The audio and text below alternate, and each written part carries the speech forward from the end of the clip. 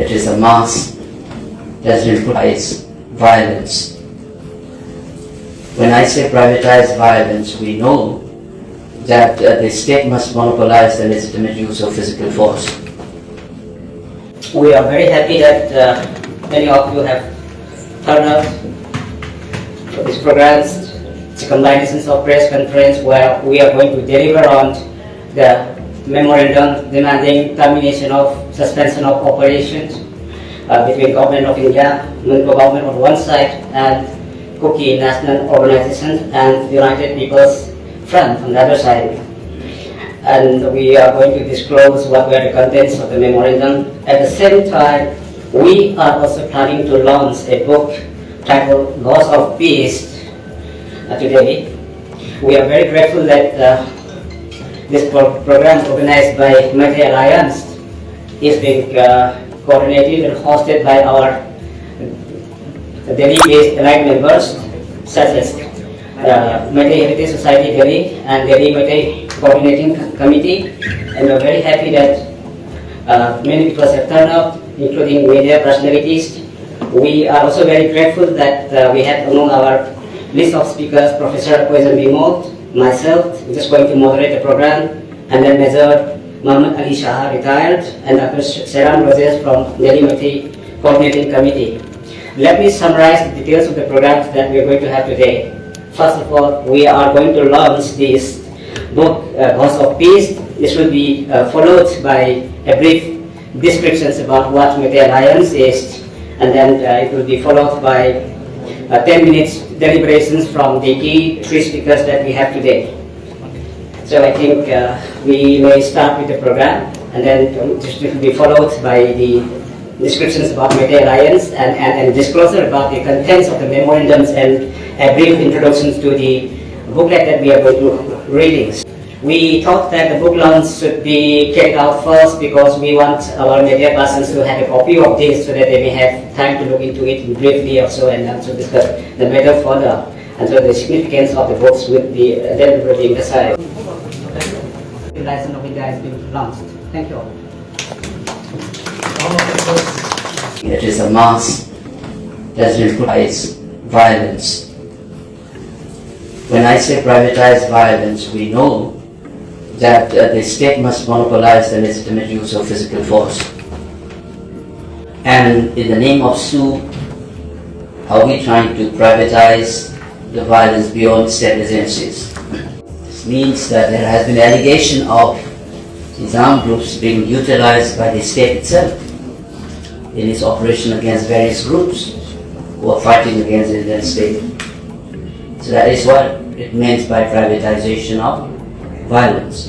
Instead of security forces taking on the armed groups, political armed groups who are contesting the Indian state and waging a military campaign against the Indian state, when you fight with them, it is the legitimate institution like the army, the central paramilitary forces or the central police organization should be fighting them.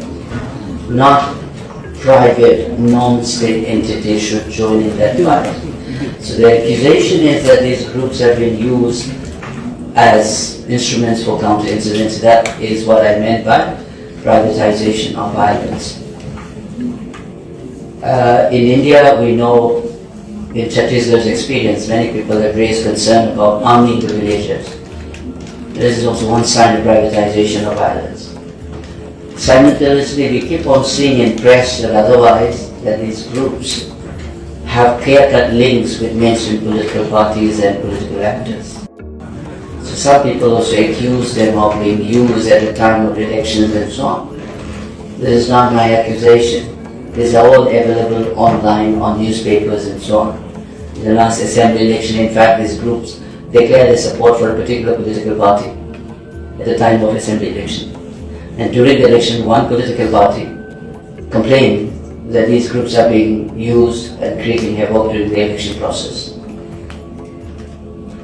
Along with that, in terms of suspension operation, they are supposed to not to engage in various kinds of activities, not recruiting people, not acquiring new weapons and so on. But we are not very clear about whether these ground rules are being followed or not. And hence, people are demanding for the abrogation. But I think before the demand for abrogation, that is why I said we need to know the substantive issues. Why is it people are demanding? So these are some of the concerns that we have it.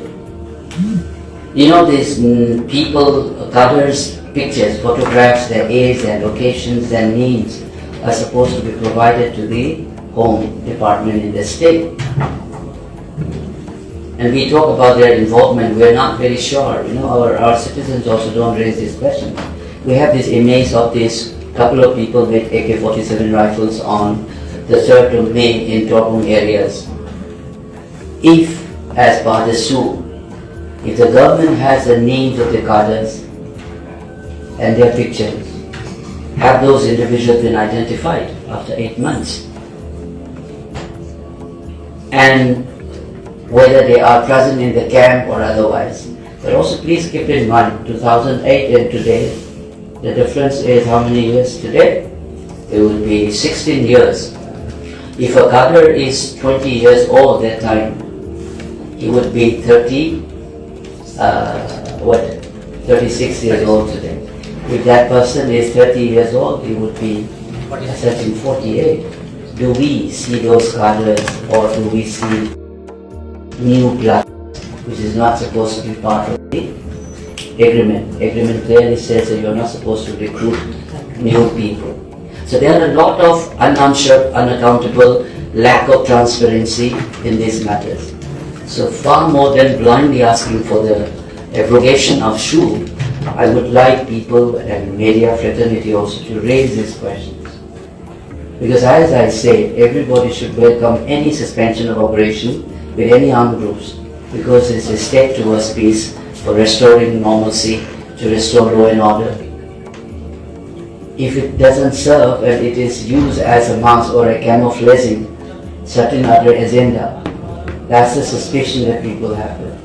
So how do we go about it? My appeal is, rather than blindly asking for the removal of SoO and abrogation, it should be backed up by critical questioning of this kind. What are the names of those people who they're not supposed to be recruited any according to the SoO agreement? It's 2008 and today is 2024.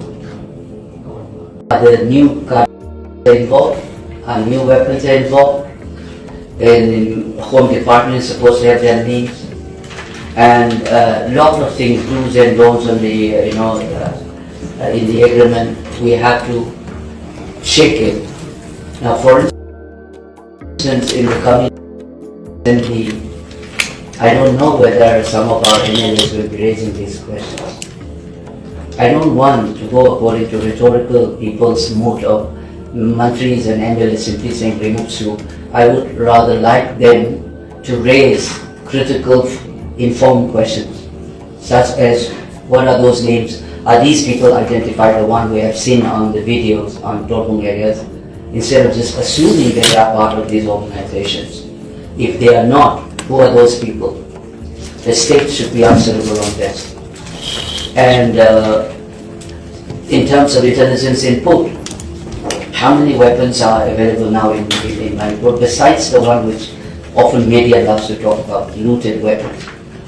The amount of rounds which have been fired in 10 months will require huge, disproportionately. Where has it come from? And the kind of weapons being fired, which we see on video,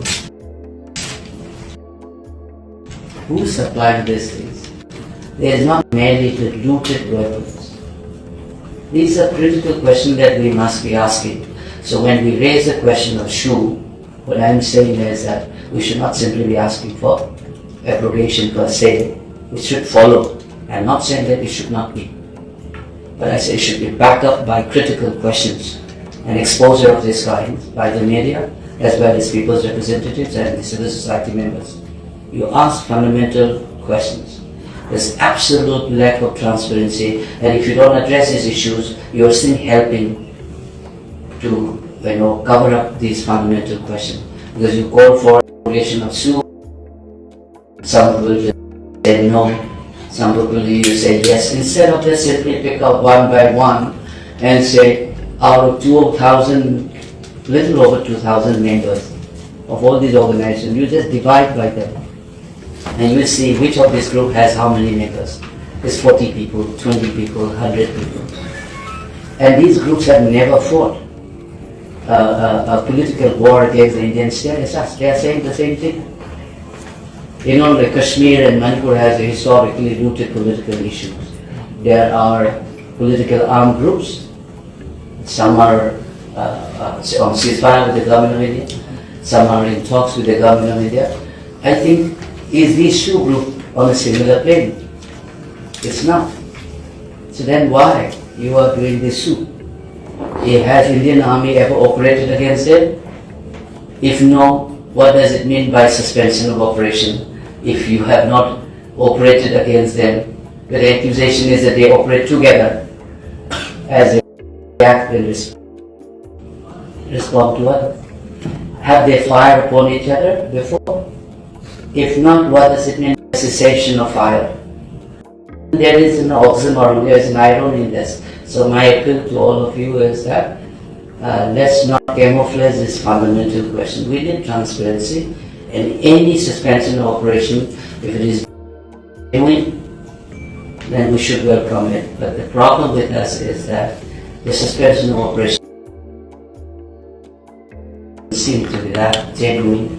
This is almost masking realities and certain kind of activities being carried out, and people need to knowledge about these issues. That's why we are calling for a critical review or look at these issues soon. And that is what I would like to put it. Understand a small little pulse of what I have observed. Many Meiteis in my interviews, they have said we should first scrap SoO, and so by scrapping SoO, you know what, you would only be losing credibility there. That is my take. So I sincerely feel for peace to prevail, dialogue is the only way forward, and there is no other way. You know, the toughest job that I did in the army was not to guard the frontier at the border. I was serving on 30 meters away from the Pakistani coast, but that was not the toughest job. We would live with snakes and scorpions. That wasn't the toughest job. The toughest job was that I had a son. I will tell you, when the wounds are too deep between the cookies and the Meiteis, unfortunately, and it seems like there is no room for comeback anyhow. But I somewhere am an optimist. I feel we can still make peace. I am telling you, and I know many people from both sides would laugh in the heart when I say we can still make peace. As it might sound very rhetoric when I say never too late. And I still believe, and I am generally saying it from the bottom of my heart, it's never too late. We have seen earlier, we've seen ethnic clashes in the past, be it 93, 94, 97. We've seen what happened in Manipur, and this ethnic clash is different, again I would say. And so yeah, I would like to pass on the mic to the next speaker by saying that I still say that let's not finish SoO completely. We can amend it, we can have a review of it, but finishing it would not be the solution. Thank you. Thank you, Major Ali. Yeah, you have emphasized a very important point. But our memorandum stands the public sentiments and the desires of the state. And so different opinions exist elsewhere, but the memorandums and the booklet stands for termination. What will be the government of India doing? What will be the decisions will be decided by them? But we in the booklet express the concerns of the people who have been greatly and woefully affected by SoO for the last 15 years. Thank you very much for your opinion.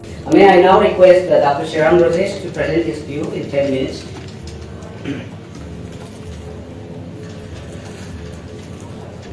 Yes, Dr. Malem has already introduced about this book and asking question why not abrogate suspension agreement with the armed militant to prevent destabilizations in India. As we all know that this violence was started from the 3rd May and still violence is continuing. If this violence, because as a Major has already said that this nature of the violence which is happening in Manipur is actually a little bit different from the other violence. If you also compare, trying to understand the violence between in other part of India, for example in Gujarat riot or any other in Delhi, these are the public violence. So it's like the community, and you will not see that kind of the kind of sophisticated guns are being used in the community, in Delhi or any part of India, even in Gujarat also. But in case of Manipur, from the 3rd May, actually, as you have clearly seen that the armed militant with uniform and with the sophisticated gun that the AK-47 rifles and other, and now subsequently you are clearly seen from the videos and other that many of the snipers and then with uniform, they are being involved. So that is why this violence is very unique in nature. And then as also we all know that this violence started from the in Chorchampur district, in More, and even in Kangpokpi district on the 3rd May, that the armed militant was involved in the violence. And who are these armed militants? We all know that in those areas, these Kuki militants who are with the suspension operation, that is the area where they are dominating. That is why when those group of people who are supposed to be in peace, who are supposed to maintain the rule and regulations of the SoO, if they are not actually maintaining, if they are not actually protecting or respecting the rules and regulations, the SoO provisions have already said that if any group have actually violated the code of rules and regulations of the SoO, then it should be terminated. It is saying by the state itself. It is actually a part of the component of the suspension operation. So we are the people of Manipur, a particular community, are not saying outside the domain of the SoO, because the provision for termination of the SoO is already there.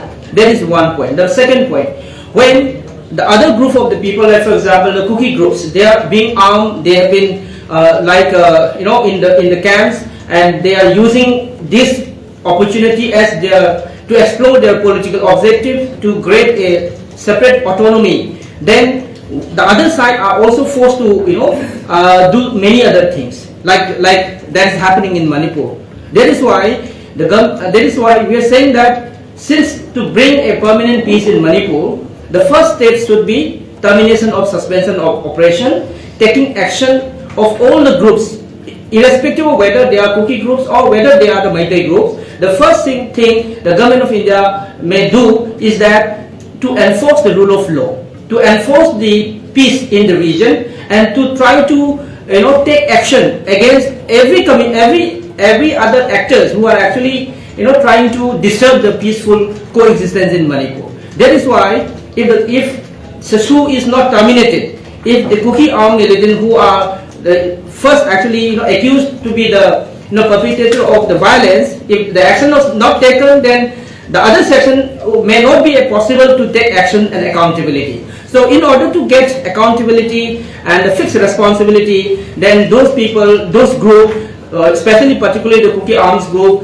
who are still continuing their military aggression in a particular committee, in order to stop them, the first thing what we propose and we request to the government that the SoO must be terminated. This is number one. Number two, if you also try to understand the nature of the violence also, I may refer the case study of the 28th May. On the 28th May, that was the second major military aggression. On the 28th May, the Kuki armed militants have attacked more than 7 places, including Seru, Sekmai, and many other places, 9 places, during the 1 a.m. in the morning till 3 a.m. in the morning, at 9 places. And again, the government, for the first time, the government of Manipur said that the many insurgents, the suspected SoOs are involved in that attack, and that is why it was already revealed that if these militants who are involved in this attack, then to get accountability, the suspension operation should be terminated. This is number 2. Again, in many other instances, like recently in More incident, that as we all know that the police commandos were being actually attacked from all sides for 4 consecutive days in More, and then at that point of time, the police were very vulnerable and they have to defend themselves. But unfortunately, many other central security forces were not coming forward to actually assist the police station. And as we also has already reported that some of the officers have already categorically said and even warning to the Kuki militant that if you continuing violence against the police, then it may affect the suspension operation. So it basically trying to say that that because of these suspension operations, even when the Kuki militants are violating the code of conduct, action are not being taken, and then that is why they still continuing their military aggressions against the community, and the war continues. So with all this understanding, what actually we are trying to say is that since there are enough evidence are available on the ground that the Kuki militants suspected who are involved in the violence are also under the suspension operation. And again, if these militants are not part of the suspension operation, then who are they? So this needs to be unsure who are they. And again, many of the areas where the violence is happening, it was also informed by many of the victims from the testimony in various villages. They are also clearly saying that from their villages, which their villages are attacked, 1 kilometer away or 2 kilometers away, there are camps of the suspect of the SoO militant groups. So whenever there is a militant camp there is always a danger of being attacked in the foothill area. So that is why people are asking that if this suspension operation is not terminated, then the peaceful state may not be able to take action against those violators. So with all these facts, my humble submission here is that to ensure peace and normalcy in Manipur, the first step should be the abrogation or termination of suspension operation. Number 2, disarming all the armed group, irrespective of whether particular A or B. Without disarming all the group, peace is not possible.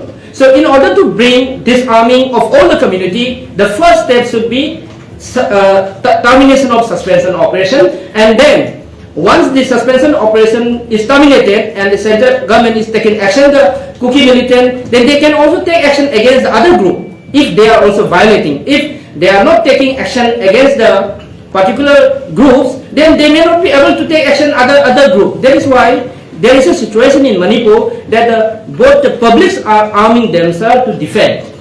So this is why the unique nature of violence in Manipur is there, and this is why there is a prolonged violence in Manipur. So one has to stop this violence, and the termination of SoO is the first step, and to bring confidence, and after that disarming all the armed group, because state is the only legitimate force of use of violence, and no other forces, no other group, or no other organization should have allowed to use violence over the people.